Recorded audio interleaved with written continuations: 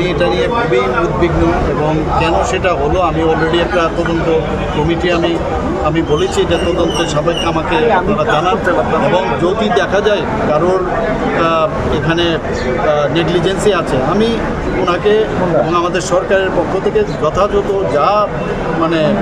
যা করার আমরা নিশ্চয়ই করবো সেটা। স্যার কমলপুর রাস্তাটার একটা পজিটিভ সাইন আছে, NSDCL এর এমডি আসবেন বলে আপনি জানিয়েছেন।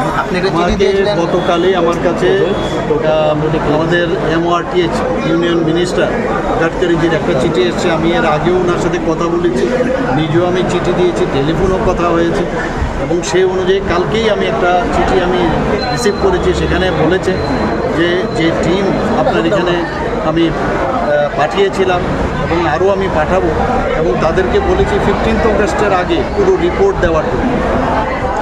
এর আগেও আমরা ওই টিমের সাথে আমরা বসেছিলাম, সেক্রেটারিয়েটে বসেছিলাম পুরো টিম, ওদের টেকনিক্যাল স্টাফও এসেছিল এবং ওনারা আমাদেরকে বলেছেন যে IIT এর সাথে ওরা কথা বলেছেন কেন এরকমটা হলো এবং সব জায়গায় হয়নি, পার্টিকুলার কিছু স্ট্রেচ আছে সেইগুলো হয়নি।